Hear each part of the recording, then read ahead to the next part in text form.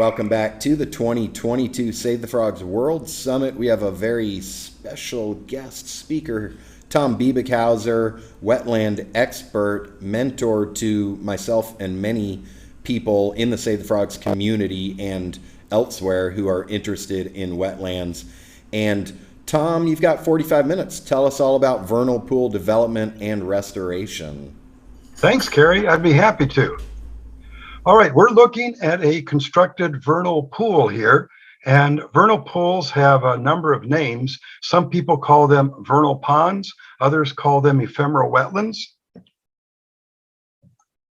And okay, there we go. So here's an example of a vernal pool, and this is one that we built. What you're looking at in the spring, it fills with rainwater and some snow melt. But then come late summer and fall, the wetland will dry up. And this cycle of wet, filling, and dry in the dry season, that's really characteristic of vernal pools. Vernal pools can be located in forested areas, and they can be located out in grassland areas. Here you're looking at a constructed vernal pool, and in the spring it fills with floodwaters and with snowmelt, and then of course in the summer and fall it goes dry. And when you visit a vernal pool, you can't help but get excited. There's something to see. There's always something to photograph when you go to a vernal pool. More than likely you're going to see wood ducks using a vernal pool. I remember one vernal pool I visited. It had a white oak tree overhanging it. We jumped 70 wood ducks off of that vernal pool. It was in the fall, and what they were doing is feeding on the acorns that had dropped into the water. Mallards, you're going to see mallards using vernal pools, and ducklings. If the vernal pool holds water long enough, it provides great habitat for ducklings to grow and to find plenty to eat. But you may be surprised to know that you find big game using vernal pools, like deer. And what we've learned is that the aquatic plants growing in and around vernal pools are very high in sodium. If you take a look at a terrestrial plant, it may have 10 to 20 parts per million of sodium. But if you sample aquatic plants like sedges and rushes, they could have 10 to 20,000 parts per million of sodium. So these have become natural sources of salt for large animals. And also this is important if you want to build vernal pools that will clean runoff, remove salts from runoff, a vernal pool will tie them up. Vernal pools are good places to see ducks like the hooded merganser, and less common species as the rusty blackbird. This is a species that is declining in the United States, and it's a species that spends a lot of time around vernal pools. Now, this was a big surprise to us when we started restoring vernal pools. We strung mist nets across the water at night, and we caught Indiana bats. And the Indiana bats are a federally endangered species in the U.S., and we would catch the females that were lactating. So they have this great need for water, and we are building these vernal pools on mountain ridge tops, and the Indiana bats would come in and drink out of them. So when we took them out of the net, they had their chins wet from drinking the water. And even other rare species of bats we're finding will use these vernal pools. To your left, we see a Raffinesque big-eared bat, and to the right is a Virginia big-eared bat. These bats are associated with caves and with cliffs. And if there's a vernal pool that's located near a cave or a cliff, there's a chance that you'll see these where they occur. And yes, you can find turtles using vernal pools. Now, I'm not sure if the turtle is cooling in the mud of this vernal pool, or if it's hiding, or if it's doing both. But it sure is a good place to hide from predators, just to bury yourself down in the mud of a vernal pool. And shorebirds. Vernal pools provide outstanding habitat for shorebirds when the vernal pool is located in grassland areas. What we find is that there's quite a species of shorebirds, quite a few species that will feed on the invertebrates in the saturated soils of these vernal pools. So we're building vernal pools in open areas, and we're finding that the fluctuating water levels will expose the saturated soils, and will be used readily by shorebirds. And yes, you can find plants growing in and around vernal pools. This is the rose mallow, known as the hibiscus. A number of years ago, I was in an antique mall with my wife, and it was one of these antique malls that had numerous stores. And I was getting a little bit bored, but I didn't want to look bored because it'd be bad for our relationship. So what I did is that I found a dictionary that was written in the 1800s, and I was paging through it, and I found a drawing of this rose mallow or hibiscus.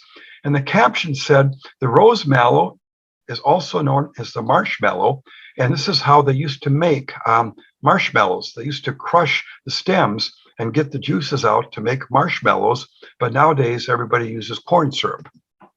And cardinal flower will grow around the edges of the vernal pools. This beautiful flower, it's so named after the robes that the cardinals in the Catholic Church would wear, these beautiful bright colors. And yes, you will find butterflies using the flowering plants growing in and near the vernal pools. And here's a monarch using buttonbush. And it's amazing how long the buttonbush will flower near vernal pool. And the monarch can find plenty, to meet its needs there. Now, if you have seen a vernal pool and watched that edge that starts to dry as the waters recede, more than likely you'll notice a variety of species of butterflies that are using that saturated soil. And we have built vernal pools, and they start filling with groundwater, and in a matter of minutes, moths and butterflies and bees and wasps will appear and start collecting the minerals and drinking the water along the edge of these vernal pools. And we're also finding that rare species of bees, like the rusty-patched bumblebee, will use flowers growing in the saturated soils along the edges of vernal pools, and then they will also use that water and those minerals along the perimeter. Okay, if you ever watch ducks feed, this is what they do. They tip up, and you have to ask yourself, why are ducks using this wetland? I mean, that's a good question. I've worked as a wildlife biologist for 43 years, and I'm always asking myself, why are animals using this particular wetland? Well, it's really pretty simple. The wetland that they're using does not have sunfish in it, does not have bluegill, and the wetland they're using does not have bass, smallmouth bass or largemouth bass. And because these fish are not present in the wetland, we have all these other species of animals that are able to live and survive and not get eaten by fish. So if you find fairy shrimp in a wetland, more than likely there are no fish in that wetland. If you find clam shrimp in a wetland, more than likely there's no fish using that wetland area. And these are what the waterfowl species will feed on. And if you have a wetland with no fish, more than likely you're going to find dragonflies breeding in that wetland. And because you have dragonfly larvae, more likely you will not find mosquito larvae. So if we have a wetland without fish, and it's full of these larval stages of vertebrates and all these invertebrates, more than likely there's going to be so many other species using it and no mosquitoes. So look at how many ducks are using this wetland.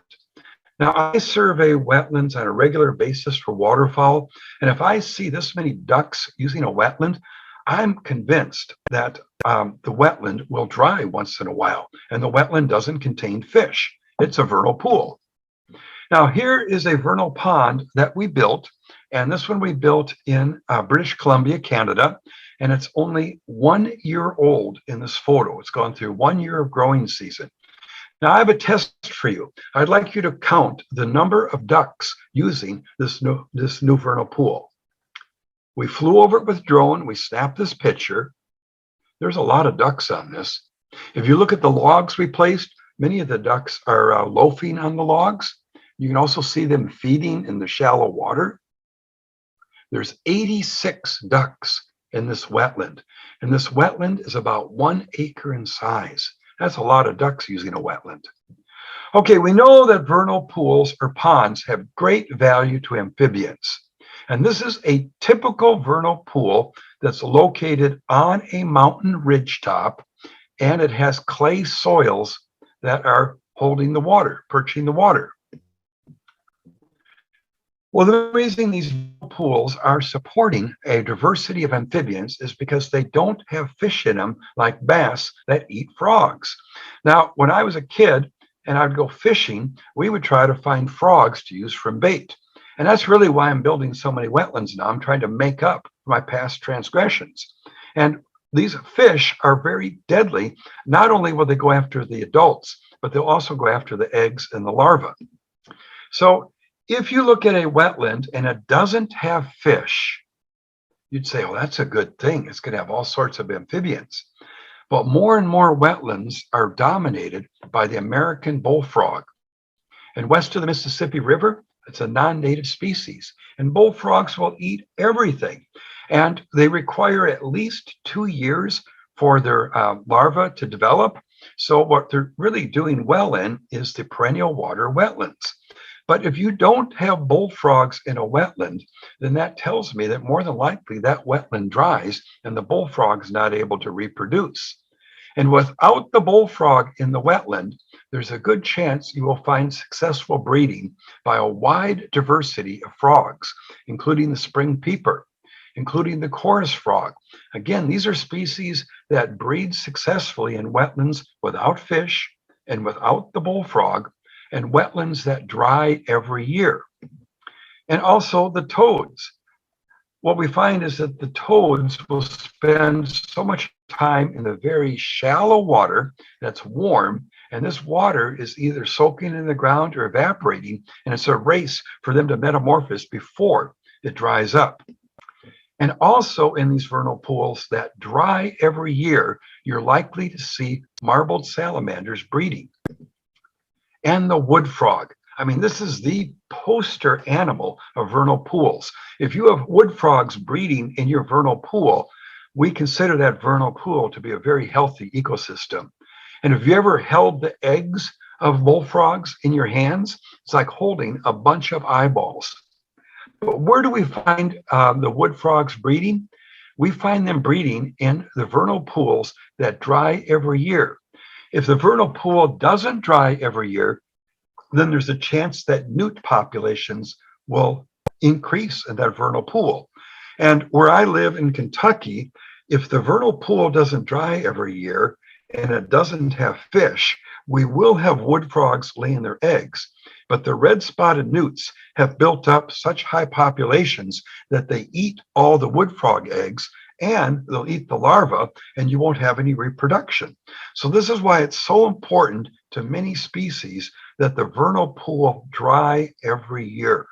Now, if you've ever been at a fish hatchery and talked to people that manage the fish hatchery, many of their pools, they dry every year to clean them out. If you've had an aquarium, you know it's important to dry that aquarium out once in a while to kill off the bacteria and the fungus. So if your vernal pool doesn't dry, perhaps the newts will take over and you won't have much success with these rare species. Okay, vernal pools do not have to be attractive to have value. Now, someday I want to start a program called Vernal Pool Design Star, and we could have competitions for building vernal pools. Now, if you built a vernal pool that looked like this one, you'd probably be tossed out in the first round because this is an ugly vernal pool. But I didn't build it. Elk built it. This is an elk wallow. The elk wallowing on the site gouged out a depression and made this vernal pool.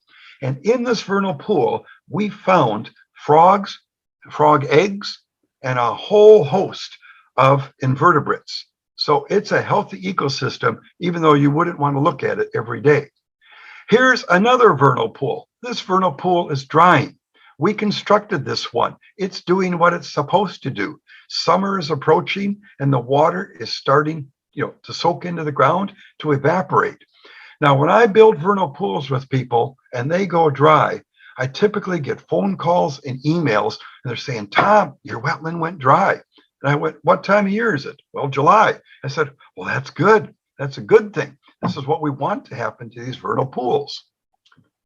Vernal ponds can be small. This vernal pool is no larger than the desk in front of you. You think, well, what good is that? Well, you know what? There are species that have learned to use these. And in this little tiny vernal pool, we find clam shrimp and we find marbled salamanders. Yes, it's a functioning ecosystem. It doesn't have to be 40 hectares in size. It can be tiny like this. Vernal ponds were once common features on the landscape. And our landscape has so been changed in North America because of farming practices. And what you're looking at here are a series of vernal pools that are natural. This area has been used as a pasture for over 100 years in the state of Illinois.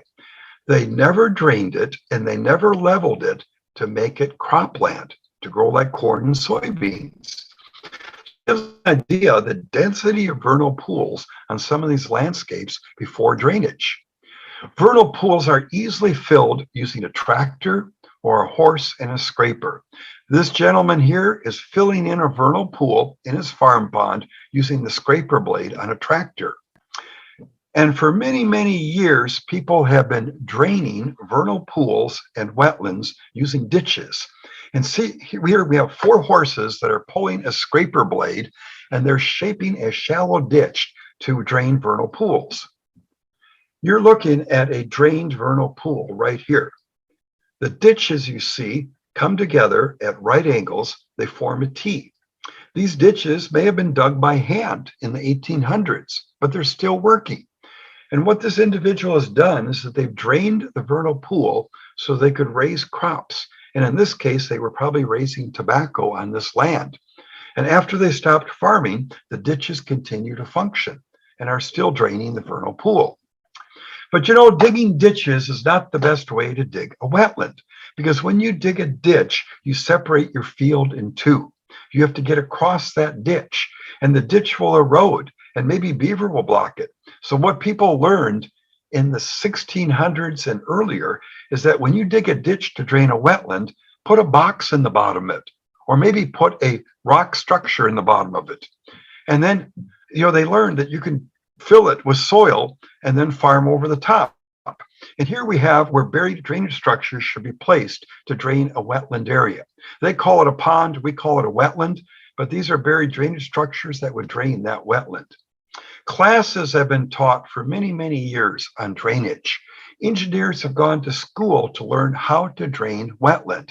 And here we have a class that was taught in the early 1900s where they're installing clay tile.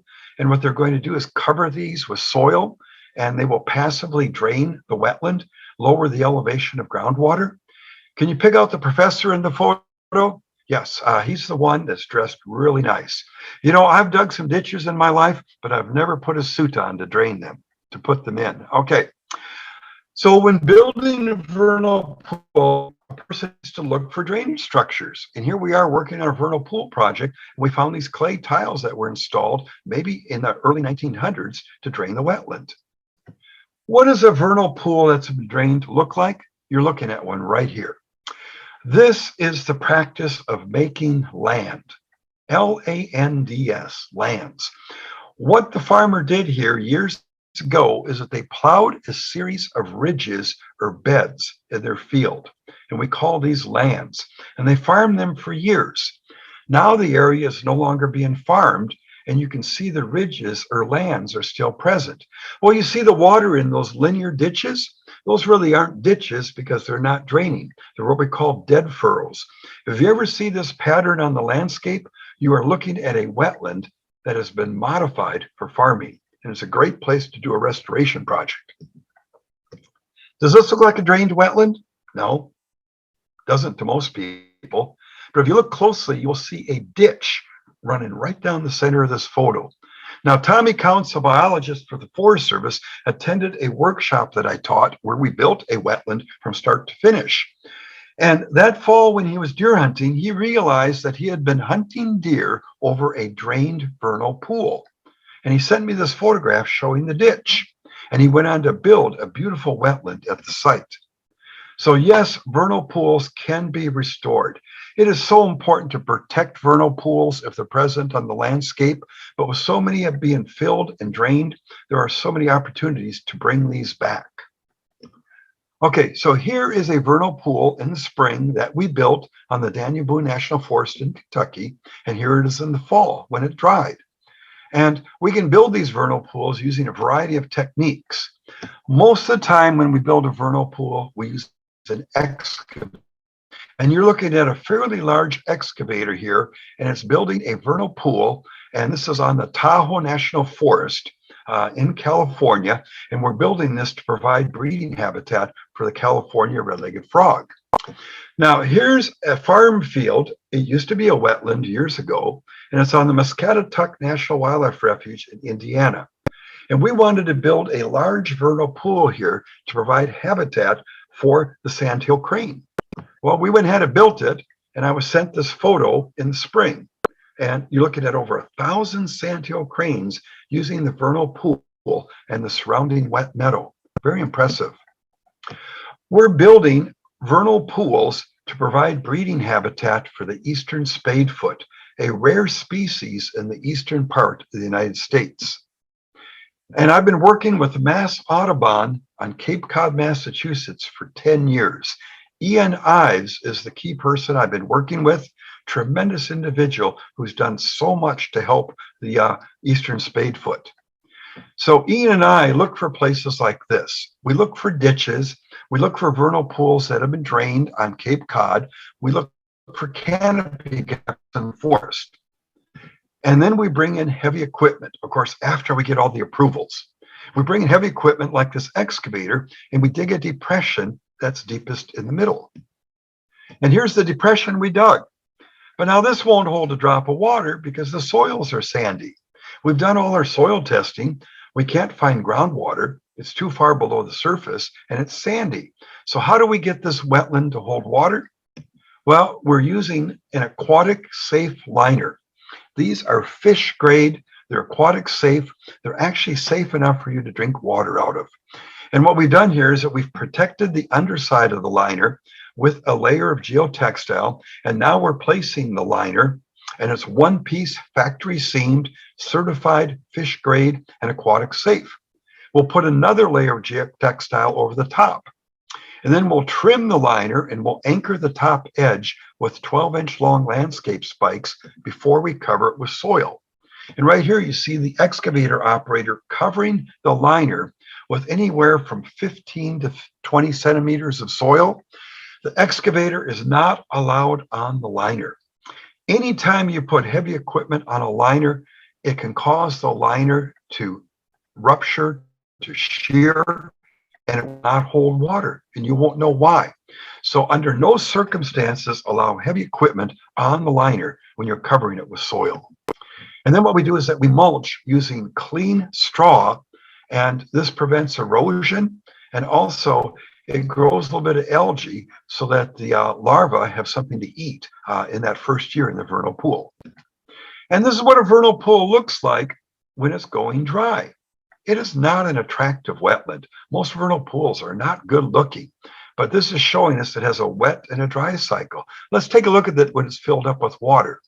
Yes, it's filled up with water, and we have breeding activity. And what's been exciting to follow the program with Mass Audubon in Massachusetts is that what they're doing is they're going to sink populations of the eastern spadefoot. Areas where there are natural wetlands, but the wetlands are drying every year and stranding the eggs of the eastern spadefoot. And they're collecting these eggs and they're head starting them in schools. They have 22 schools participating in the program where they head start these, and then the students will go out to the vernal pools that we've built and release them. And what they're doing is they're releasing the tadpoles of the eastern spadefoot. And people are saying, this isn't going to work. Well, guess what? To the naysayers, it did work. So eastern spadefoots are now naturally breeding in the constructed vernal pools. The adults are showing up, they're laying their eggs. The eggs are hatching and they're metamorphosing. I mean, it's working. So this technique will work. You can build the habitats, restore them, and get the spadefoots back up. And we're also finding the soil that we're spreading around the wetlands. We're planting this to native species of plants, and we're getting rare bees using these plants around these vernal pools. Okay, let's go to Canada, British Columbia, Canada, and let's look at the northern leopard frog near Creston. The northern leopard frog was reduced to breeding in one wetland in British Columbia. Used to be quite a common species. So this is a typical habitat for the northern leopard frog. They will breed in perennial water, but most of the perennial water contains bullfrogs and fish. So these vernal pools with long hydro periods are really what they need to be successful. So the vernal pools, you want them to hold water long into the fall, but not year round. But majority of the natural vernal pools have all been drained by digging ditches like you see in this image. And they've been drained with drain tiles and they've been filled in. But they have one thing in common.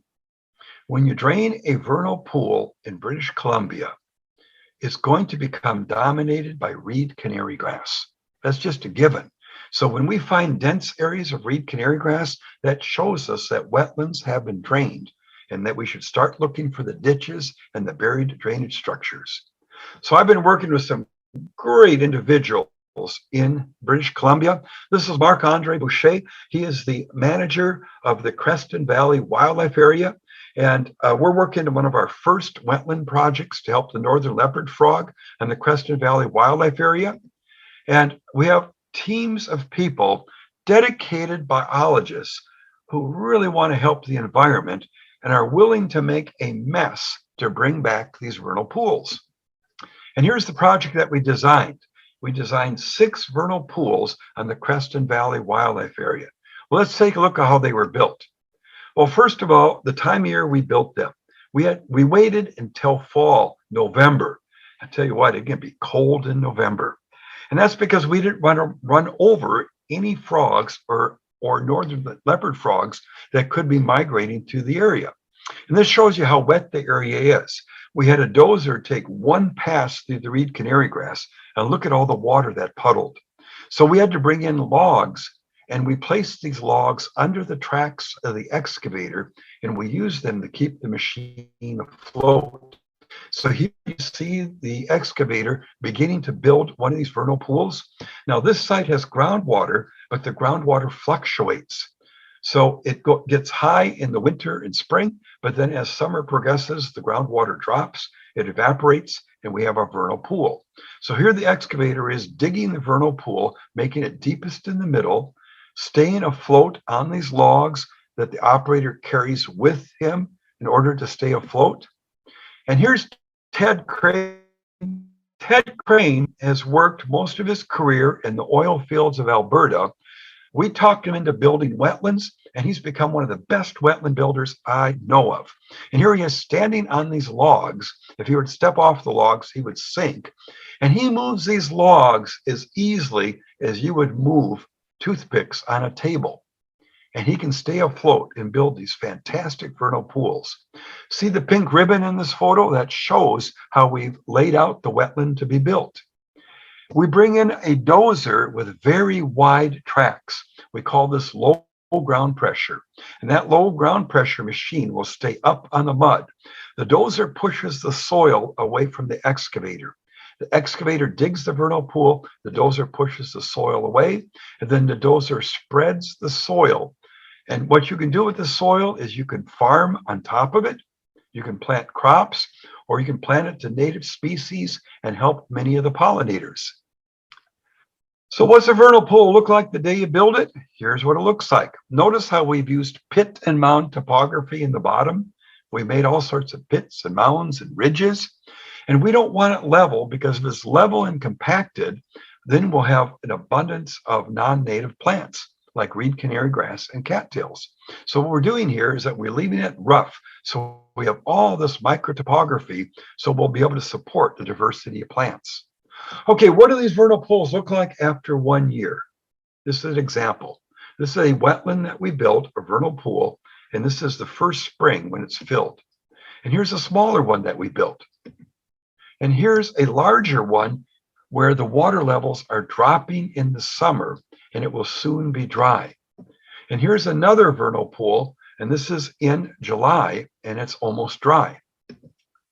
So vernal pools, when they're dry, they don't look like much.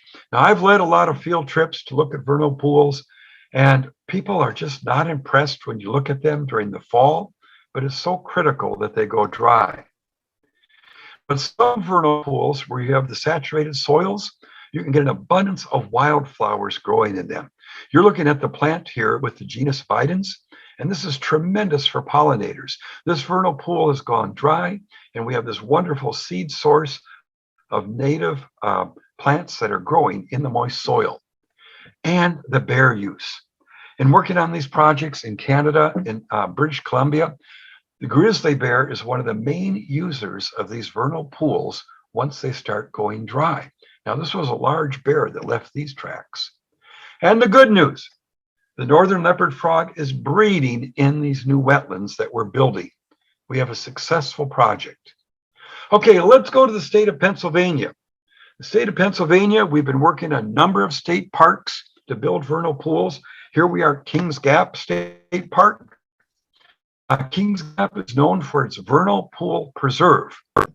And there are signs and trails that take you to the vernal pools. But guess what? The vernal pools on the state park were not holding water long enough for amphibians to develop. They were population sinks. The vernal pools were going dry too quickly. And this was based on years of monitoring. And the vernal pools were dry and maybe would temporarily fill for a week following an unbelievable amount of rain and snow, but then they quickly go dry. So I worked with the people at the Pennsylvania State Parks and still working with them. And we went out here and we did all sorts of testing. Where is the water going? And what we figured out is that many of these were groundwater supplied and that the water table had dropped so much due to so many homes being developed in the valley that were removing water from the aquifer, and also possibly to a fish hatchery that was removing a lot of water from the aquifer. So we came up with prescriptions for rebuilding these vernal pools in light of climate change and a lowering of the groundwater due to humans using it for different purposes. One of our first steps was to remove a lot of the leaf material by hand. And then we also removed from the vernal pool sites, we are going to rebuild mosses for later planting. And we brought in an excavator and operator from the Upper Susquehanna Coalition and the Wetland Trust. And these folks are terrific at buildings, and they brought in their heavy equipment. We started digging depressions, and we saved all the organic material and topsoil to put back into the wetlands. In some of the sites, we had to move the soil away. And we did this using a tracked dump truck. And this worked really well. You could go in between the trees, you could load it with soil and move that to a site where it wouldn't affect native vegetation. And here's what the tracked dump truck looks like. I think it's called a Yanmar. Okay, so here's one of the wetlands we rebuilt, and we rebuilt it by compacting the clay that was on site and putting the organics back in. And here it is starting to fill. Here's one of the wetlands we rebuilt, or vernal pools we rebuilt, and here's where we dug deeper to get at the groundwater that was already present on the site, and it's starting to fill. And here's one of the wetlands that we're building using an aquatic safe liner, because we didn't have groundwater and we didn't have clay. So what do these wetlands look like? Well, this one we built with a compacted clay liner. It filled up. And the good news is that wood frogs, marbled salamanders, and fairy shrimp are now breeding in these wetlands. Here's one we rebuilt using groundwater. Here's one we rebuilt using aquatic safe liner. I wanted to introduce you to Kathy King and Mark Bertram. They have been volunteering to help with the project for years. Tremendous individuals. They've been monitoring the success. They've been helping us to adjust the hydro periods on the wetlands. And we couldn't do this work without the help of volunteers like Kathy and Mike. Okay, we're going to go over a project briefly, the California red-legged frog. You know, when you spend much time on the El Dorado National Forest and the Tahoe National Forest, you're going to find out that they were really affected by mining. And you're going to find out that with the gold mining came a tremendous amount of erosion and filling of the natural wetlands. So what we've been doing is working with the Forest Service and the Bureau of Land Management, and also now the National Park Service with Rob Grasso, and we've been finding sites to build vernal pools, sites that are level and canopy gaps in the forest. Now here we are removing a tree, but we're going to put that back into the wetland when it's finished. Now most of the sites in California, we need to use liners because the soils are too sandy. The wetlands were naturally in the valleys where there was groundwater and beaver. Those wetlands have all been destroyed by the mining activity, and most of the valleys now are privately owned. So we have to go to the mountain ridge tops and we find level areas with sandy soils, and we use these aquatic safe liners and we cover them using an excavator. And here's what one looks like after we built it. And there's a lot of woody debris in here. That not only will give the frogs places to hide, the California red-legged frog, but it will also prevent people on dirt bikes and four-wheelers from turning our new vernal pool into a racetrack. Now, I noticed that Freddie was watching. This is one of the new vernal pools that she helped us to build. She's in New York City. And this is one of our new vernal pools that filled with the winter rains on the Tahoe National Forest. And Dan Teeter with the U.S. Forest Service is monitoring these, and I can't wait to hear about California red-legged frogs finding them. Now, here you see one of the vernal pools that we built on the El Dorado National Forest when Rob Grasso was with the Forest Service. We built quite a few of these vernal pools on the El Dorado National Forest. We've placed a lot of woody debris in them, and the good news is, yes, the California red-legged frog is successfully breeding in these wetlands. If you look closely at this photo, this is one of the vernal pools we built on BLM land using a liner, and you see a mountain lion. 10 minutes before this mountain lion was there was a white-tailed deer that showed up in the photo. So I suspect the mountain lion was trailing it. And how do these vernal pools look after a few years? Well, this is one we built on BLM land. This is Dan Teeter pointing out a Sierra frog. And what we're looking at here is a pool that is being used by California red-legged frogs for breeding. We also are building wetlands at schools, vernal pools at schools, and we build them all different shapes and sizes. We build them in vernal areas, urban areas, as well as rural areas. And as you know, when you bring young people out to a wetland, you have their full attention. You give them a net, you open up a world of investigation to them. And I think the best way to teach science is to go out to a wetland where you can see so much going on. And we involve students in the planting of native species in and around these wetlands. We build at their schools. We get them to collect leaves and bring those into the new vernal pools we built at schools. So how do these vernal pools look after we build them? Well, I'll show you a few photos. They look really good. And they are truly an outdoor classroom at the school. We're going into some of these unattractive stormwater detention basins that are dry about 99% of the time. And we're building naturally functioning and attractive vernal pools that can be used for outdoor education. And these features will help treat runoff. And at the same time, they provide a great place for young people to learn, math and science and chemistry and history. So in summary, you may want to ask yourself, can I build a wetland? Well, this is Alan Unversall in Ohio. He bought a farm with a friend of his, and they've built a number of wetlands on it. Here are Chris and Melissa Urich in Elmira, New York. They bought a farm, and they have built many wetlands on it. In fact, they both work with wetlands for a living, and they've both built hundreds of vernal pools now in New York. George and Lynn May, he used to be a developer. He is now retired, and now he helps people to build vernal pools on their property. And Frank and Kathy, wonderful folks. Here's a vernal pool that they built on their property, and they're raising rare fish, endangered fish in it. But my best example of a dedicated individual is Norm Allard. with the Yakanuki in Creston, British Columbia. And he is the lead in a program to build hundreds of vernal pools and wetlands to provide habitat for the northern leopard frog and the western painted turtle. So if you're interested in learning how to build wetlands, please attend a workshop that I instruct. We've taught these in partnership with Save the Frogs and many other organizations. You can learn how to build a naturally appearing and functioning vernal pool.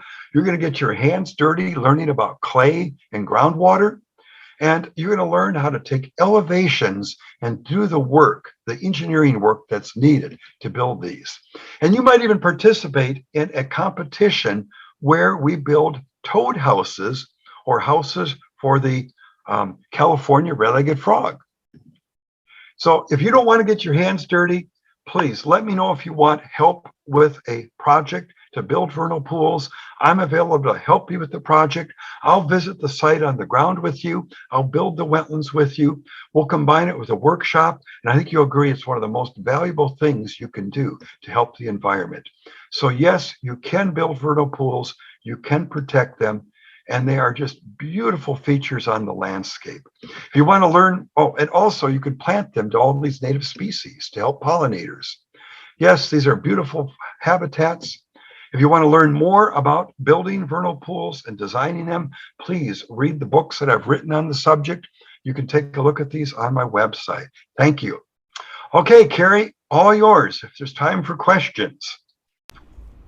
All right, thank you so much, Tom. Educational and inspirational, as always. Everybody out there, I posted links to one of Tom's books and also to his website, where I'm sure you can find all of his books there. And definitely, if you're interested in building a wetland or restoring a wetland, then I would definitely start out with those books, very detailed. All right, let's see. I'll say we've got 2 total minutes for questions. So okay. Let's see what we've got here. Rob asks, how do you decide whether to use compacted clay bentonite versus an aquatic safe liner? And I'll also add into that another question was, what is the aquatic safe liner made of? Okay, that is a whole new presentation, but please do not use bentonite. I used it years ago, never with success. It goes into solution. It will kill your amphibians and your larval amphibians. It does not work. You're better off using pixie dust. So please sample your soil, look for clay content. If you have a thick layer of clay, you may be able to use compacted clay liner. If you don't have groundwater, then more than likely you'll need to use a liner, an aquatic safe liner, and I can provide information on where to order these. There are 3 companies in the US, 2 companies in Canada to provide these aquatic safe liners, but it's best to look for clay because you can build a wetland at a much lower price if you can find clay on the site. Good question. All right. Let's see. We've got about 60 seconds. I may answer this right here. Rishal asks about getting buy-in from school administrators when proposing to build a vernal pool on school property. And I just posted in a link that I'm assuming you know this one. It's called Schoolyard Wetlands. You probably gave that to me, or maybe you wrote it. And so that's a good place to start. Meet with the principal. Meet with the principal. Show them photos of wetlands that we've built at schools. I have them posted on my website. And you have to meet with them and let them know that these are going to be very shallow, knee-deep on the children. They're going to have shallow slopes, and they will actually be a sink for mosquitoes, and that they will want to build these wetlands. I mean, who can learn science sitting behind a desk and looking at a computer? You have to be outside experiencing it. And the principals that won't allow this, I really feel sad about that. All right, thanks, Tom. Tom, when we finish here, feel free to go through these questions. There are a few more in chat in if you want an answer. So a huge thank you to Tom Biebighauser. Good luck with the opportunity. Upcoming wetlands projects, including some Mexico wetlands that Save the Frogs has been working with Tom on getting built.